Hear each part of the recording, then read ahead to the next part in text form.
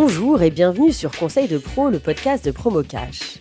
Dans cette nouvelle édition, nous aborderons un sujet qui a le vent en poupe et qui parle à tous, la vente à emporter. Pour cela, je serai accompagnée de Nicolas Nucci, dirigeant de CHD Expert, et de Vincent Veziano, président fondateur d'Easy Sushi. Bonjour Nicolas, bonjour Vincent. Pouvez-vous vous présenter à nos auditeurs ? Je suis Nicolas Nucci, je dirige l'Institut d'études CHD Expert qui est spécialisé dans la restauration depuis plus de 25 ans et qui scrute les habitudes de consommation hors domicile. Je suis Vincent Veziano et je suis le dirigeant président des restaurants Easy Sushi et je suis un fervent client de Promocash Toulon où j'ai toutes mes habitudes. Nicolas, pouvez-vous rapidement nous expliquer ce qu'est la vente à emporter et comment elle se porte en France ? La vente à emporter, bien entendu, c'est tous les produits qui sont nomades, qu'on a la capacité d'embarquer à l'intérieur d'un établissement. C'est bien entendu la logique d'un établissement de restauration rapide. C'est quelque chose de moins évident dans l'univers de la restauration à table. La vente à emporter, elle s'est clairement développée encore plus dans le contexte du déconfinement et depuis l'arrivée de la Covid-19. Elle se développe, elle a vocation à se généraliser au fur et à mesure du temps, mais en revanche, la vente à emporter, elle est en retard dans son développement en France par rapport à d'autres pays, par rapport à des pays anglo-saxons, notamment comme les États-Unis ou l'Angleterre, où elle fait directement corps avec toutes les activités. La vente à emporter, elle a vocation à se généraliser dans tous les établissements au fur et à mesure du temps. Pour certains, la restauration à emporter est l'avenir. Est-ce que vous confirmez, Vincent ? Pour moi, clairement, la restauration et la livraison et la vente à emporter, c'est clairement l'avenir. Je suis persuadé que dans 5 ans, si on proratise le temps passé en course, le temps passé à cuisiner, le temps d'essence pour aller faire les courses, je suis persuadé que les restaurateurs arriveront à proposer un produit qui sera quasi pareil. Donc pour moi, c'est clairement là emporter. Et en plus, je rajouterais même que c'est pas quelque chose qui va nous lever des clients sur la restauration traditionnelle, c'est un marché qui va s'ouvrir. Donc clairement, moi, je suis persuadé que c'est l'avenir, notamment la livraison, notamment l'emporter, et qu'on doit travailler dessus, évidemment. Est-ce que vous pouvez nous donner, Nicolas, de bons tuyaux pour se lancer dans la vente à emporter ? Pour devenir expert de la vente à emporter, et Vincent pourra le confirmer de son côté, il y a quand même un certain nombre de variables à maîtriser. Bien entendu, pour un restaurant à table qui n'avait pas encore fait le choix de se lancer dans cette dynamique-là.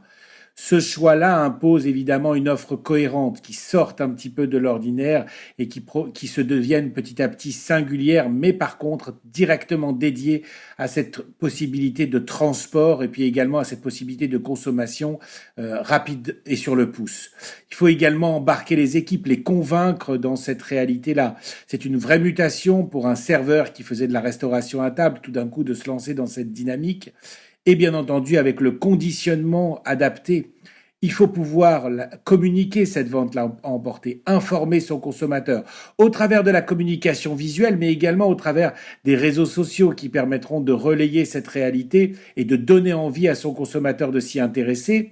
Et puis, bien entendu, il faut s'équiper d'outils digitaux, les bons outils qui permettent de simplifier la démarche et de la rendre, profitable et intéressante aussi bien pour le consommateur qui commande que pour le restaurateur qui cherche à générer du profit. Est-ce que Vincent, vous avez vous aussi des astuces à nous communiquer pour la vente à emporter ? L'équipement est très important.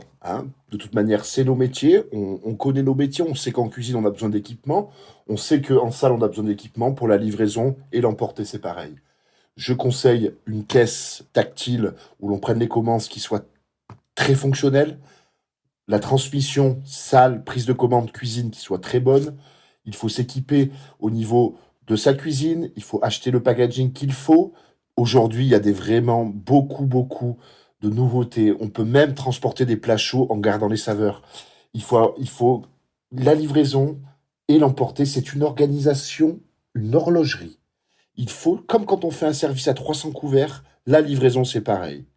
C'est vraiment une accumulation de détails à maîtriser. Et pour devenir un vrai pro de la vente à emporter, comment se professionnaliser, Nicolas ? Déjà, vous en avez un parmi nous. Vincent est un vrai pro de la vente à emporter. Il s'y est lancé et aujourd'hui, il l'a très bien professionnalisé.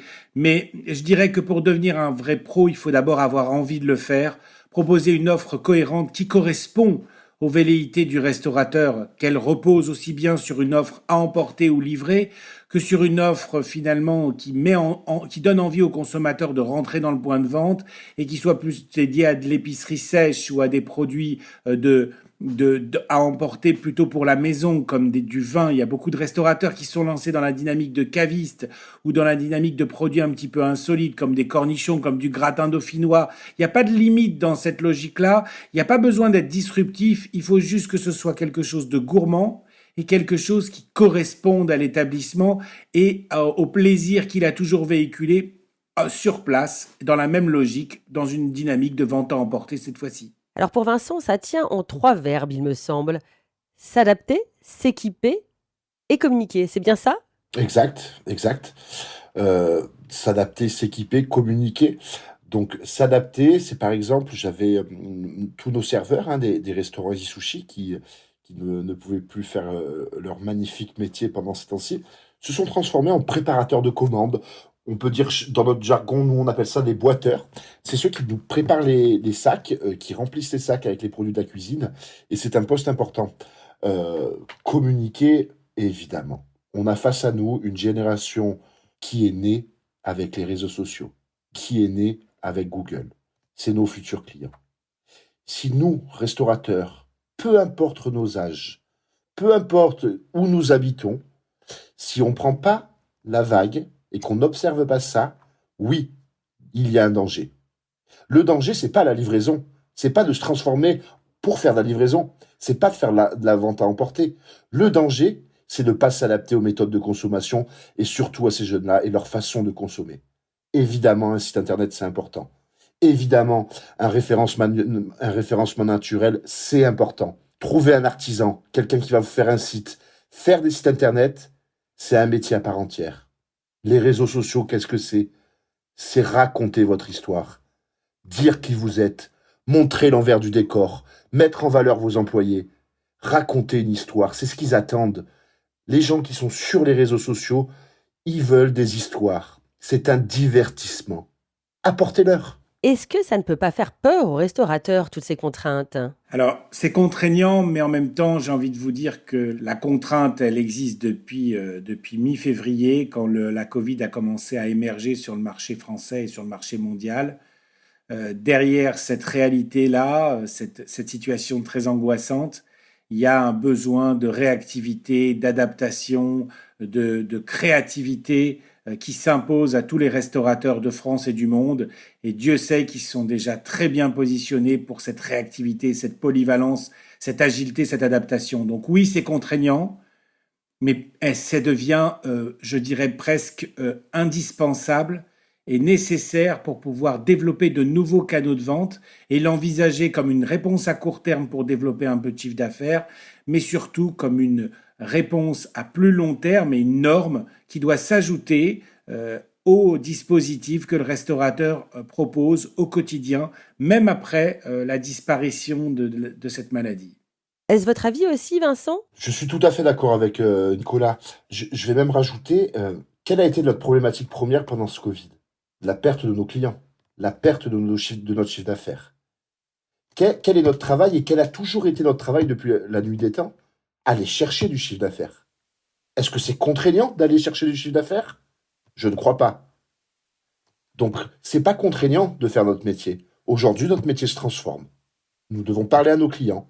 Avant, on mettait une grande enseigne ou on distribuait des flyers. Aujourd'hui, on va sur Facebook, tout simplement. Alors, on a beaucoup parlé de vente à emporter. Est-ce que vous considérez, Vincent, qu'il faut se lancer sur une plateforme de livraison? Personnellement, non. Pourquoi? Parce que moi, j'ai mon propre service de livraison depuis le début. Et on peut maîtriser le SAV. On a, par exemple, le vendredi, 16 véhicules qui tournent sur l'agglomération. On peut maîtriser plein de choses.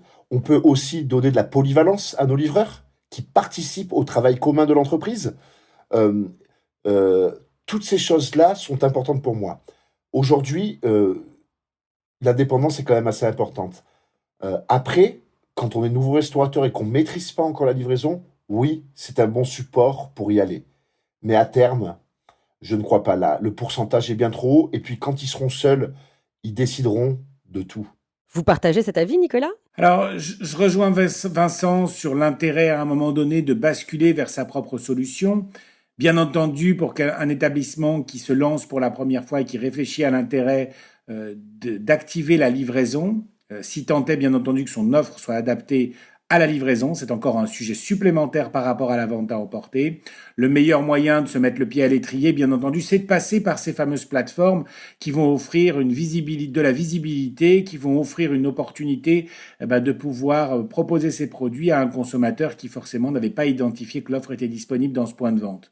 Petit à petit, et si l'activité fonctionne, si on souhaite aussi s'approprier sa propre base de données consommateur, si tout va bien, on peut se poser la question de se dire il faut que je me lance moi aussi, mais subsiste encore un sujet dans lequel Vincent excelle, mais sur lequel il y a quand même un gros travail à effectuer, c'est celui de la logistique, de l'organisation et des équipes qu'on arrive à embarquer, à intéresser dans cette dynamique-là. On voit bien que Vincent donne tout à fait envie d'être suivi et d'être écouté. C'est pas systématique, c'est un gros boulot, cette notion de logistique. Mais si on y arrive, effectivement, il y a une belle réussite à la clé et une grosse rentabilité supplémentaire. Voici déjà venue la fin de cette rencontre. Merci à tous les deux pour vos éclairages passionnants et très instructifs. J'espère que nos auditeurs auront perçu tous les avantages offerts par la vente à emporter et n'auront plus aucune hésitation à se lancer.